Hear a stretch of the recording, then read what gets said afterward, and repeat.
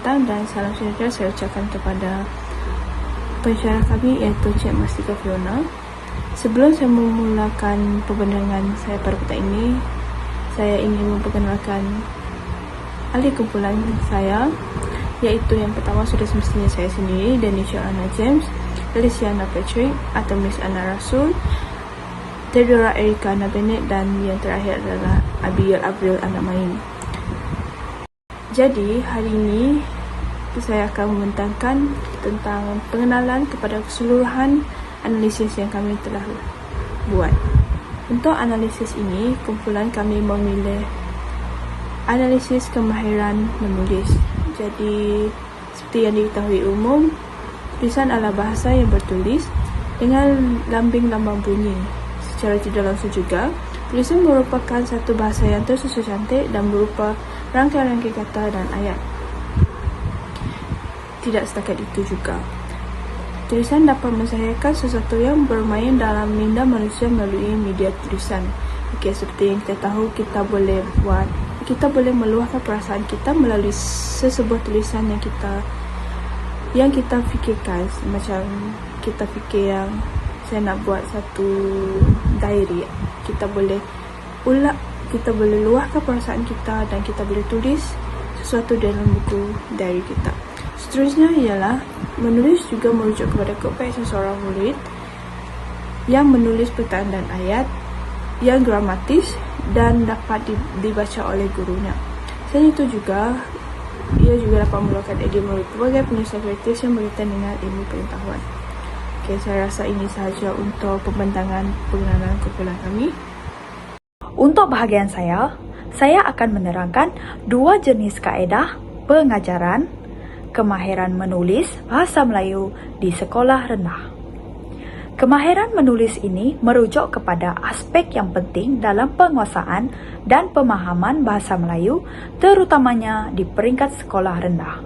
Dengan itu, saya akan menerangkan dengan lebih lanjut untuk dua kaedah pengajaran yang sesuai digunakan dalam kemahiran menulis di peringkat sekolah rendah. Kaedah pertama, pengajaran kemahiran menulis adalah pendekatan proses. Kaedah ini memfokuskan kepada proses dalam penulisan yang berawal dari peringkatan perancangan sehingga ke peringkatan semakan dan penambahbaikan. Kaedah ini dapat membantu murid memahami penulisan sebagai satu proses berterusan. Kaedah yang kedua pula adalah pendekatan berpandu. Kaedah ini bermaksud memberikan panduan dan rangka kepada murid semasa penulisan. Dengan itu, ini sesuai untuk murid yang memerlukan bimbingan dalam menghasilkan karangan seperti yang diharapkan oleh guru. Secara kesimpulannya, pemilihan kaedah pengajaran yang sesuai sangatlah penting untuk para pelajar di peringkat sekolah rendah. Dengan itu, guru perlulah menggunakan kaedah yang bersesuaian mengikut kemampuan pelajar tersebut. Sekian saja untuk bahagian saya. Terima kasih. Seterusnya adalah kaedah pengajaran bahasa Melayu yang digunakan di sekolah menengah, yaitu SMK. Kaedah yang pertama adalah kaedah pemrosesan menulis. Kaedah ini mempunyai peringkat, yaitu peringkat pertama perancangan, seterusnya draft, semakan, dan akhir sekali adalah penulisan semula. Kaedah ini dapat membantu pelajar menyusun idea secara tersusun dan logik. Kaedah ini juga menggalakkan perbincangan kumpulan kecil dan semakan oleh rakan sebaya. Ia juga dapat membina kesedaran tentang kesalahan bahasa, struktur ayat, dan kandungan. Kaedah ini juga meningkatkan kemahiran, menambah baik penulisan secara sendiri. Kaedah yang kedua adalah kaedah penulisan berpanduan. Guru menyediakan garis panduan sebelum pelajar menulis. Terdapat panduan merangkumi format penulisan, isi-isi penting, kosakata berguna, dan contoh ayat yang lengkap.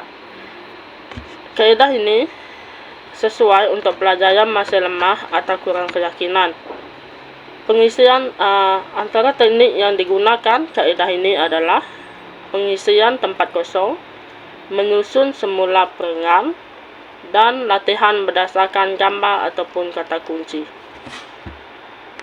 Di sini saya akan menjelaskan perbandingan dan analisis keberkesanan dua kaedah.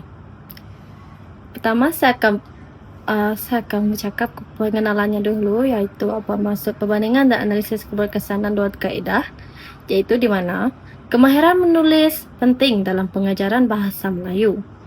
Dua kaedah utama iaitu kaedah pemprosesan menulis dan kaedah penulisan berpaduan. Kaedah penulisan berpaduan sesuai untuk murid yang masih belajar asas penulisan dan disediakan garis panduan dan contoh. Selepas itu, gunakan bahan bantu seperti gambar atau peta minda. Dan murid lebih mudah faham format dan struktur penulisan. Fokus pada membina ayat mudah dan susunan isi logik. Sebagai contoh, tulis ayat berdasarkan gambar suasana di sekolah. Selepas itu, kaedah pemprosesan menulis. Kaedah pemprosesan menulis iaitu sesuai untuk pelajar yang telah kuasai asas penulisan melalui proses lengkap iaitu pra-penulisan kepada draft, semakan dan penyuntingan. Guru sebagai fasilitator, pelajar bebas memilih dan baiki penulisan. Selepas itu, dalam kaedah pemprosesan menulis ini, fokus pada penulisan kompleks yang bernuansa dan analitika. Sebagai contoh, kalau dalam esei bertajuk kebaikan amalan membaca dengan semakan berperingkat. Selepas itu, perbandingan mengikut kriteria. Daripada kriteria pendekatan yang di mana berpaduan menjelaskan arahan jelas dan berstruktur, manakala pemprosesan berperingkat dan menyeluruh. Manakala daripada pelaksanaan pula, guru beri bimbingan langsung. Manakala pemprosesan, guru sebagai fasilitator. Selepas itu, kesesuaian murid. Kesesuaian murid ini di mana murid tahap asas iaitu berpaduan, manakala pemprosesan pula pelajar tahap lanjutan. Dan daripada segi hasil pembelajaran pula, yang ayat mudah ataupun isi tersusun. Manakala pemprosesan iaitu esei yang matang dan analitika. Cadangan inovasi aktiviti PDP BBM iaitu di mana kemahiran menulis, kaedah penulisan berpaduan dan tahap sekolah menengah. Nama aktiviti yang dijalankannya iaitu Jelajah Cerita Digital. Deskripsi aktiviti, di mana murid menulis karangan berdasarkan gambar dan soalan berpaduan, iaitu kita boleh menggunakan Google Slide interaktif sebagai bahan bantu mengajar. Selepas itu, gambar situasi kepada soalan pemula sebagai contoh, apa berlaku dan siapa watak. Jawapan dikembangkan kepada karangan yang lengkap. Selepas itu, daripada alat digital digunakan iaitu Google Slide. Google Slide ini panduan bergambar dan soalan. Selepas itu, Google Form. Google Form ialah penulisan dan perkongsian jawapan. Lepas tu, Canva. Canva ialah susun idea secara visual. Google Classroom. Google Classroom kita boleh menggunakan pembentangan hasil karangan. Selepas itu, proses aktiviti. Proses aktiviti iaitu kita boleh menonton dan analisis gambar situasi. Selepas itu, jawab soalan berpaduan dan tulis karangan berdasarkan rangka yang disediakan. Edit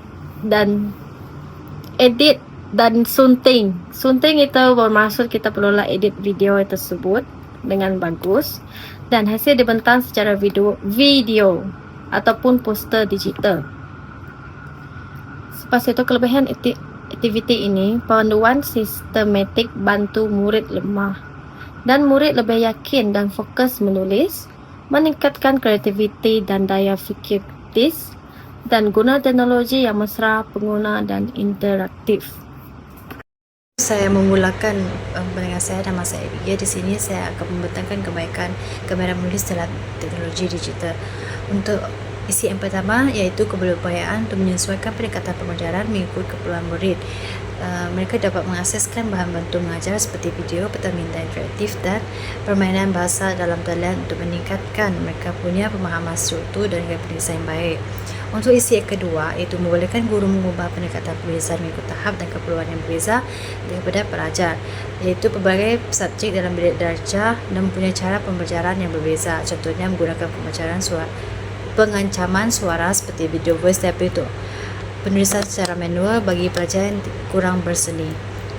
Iaitu untuk isi ketiga itu peningkatan tahap inovasi dan kreativiti pelajar. Pelajar mempunyai akses kepada pelbagai alat reka bentuk cerita. Mereka boleh berkongsi idea kepada lebih ramai orang. Okey, itu saja saya pas untuk kepada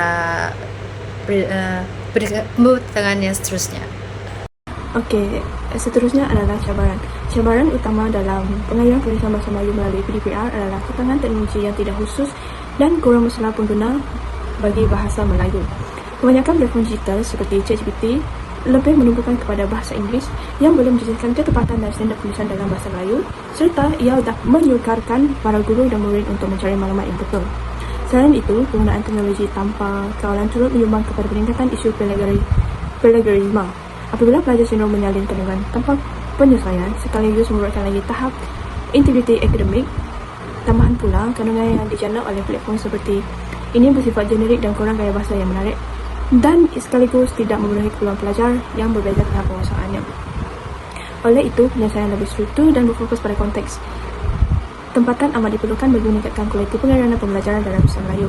Jadi, kesimpulannya di sini adalah cabaran-cabaran ini sangat-sangat perlu diambil perhatian oleh pihak tertentu supaya ia dapat mengurangkan lagi isu-isu yang telah diutarakan seperti plagiarism atau dan lain-lainnya. Saya rasa itu sahaja daripada saya. Sekian, terima kasih. Seterusnya, untuk kesimpulan, memahami cara menulis menggunakan bahasa merupakan faktor penting dalam pembelajaran bahasa Melayu khususnya bagi pelajar di sekolah rendah dan menengah. Strategi seperti pendekatan proses juga dan pendekatan terbimbing membolehkan pelajar memahami dan menggunakan strategi penulisan dengan jelas dan sistematik. Dengan cara yang sama juga, mereka juga dapat menggunakan alat reka bentuk digital dan pengajaran penulisan untuk membantu pelajar menjadi lebih kreatif dan lebih bermotivasi dan menjana idea secara interaktif. Ini juga dapat menyesuaikan pengajaran penulisan mereka agar lebih sesuai dengan era digital dan menggunakan pendekatan yang betul untuk tahap keperluan pelajar yang lebih berbeza. Dan ini merupakan rujukan-rujukan yang telah kami cari yang berkait dengan isi-isi yang telah dibentangkan. Dan itu sahaja daripada kumpulan kami. Terima kasih.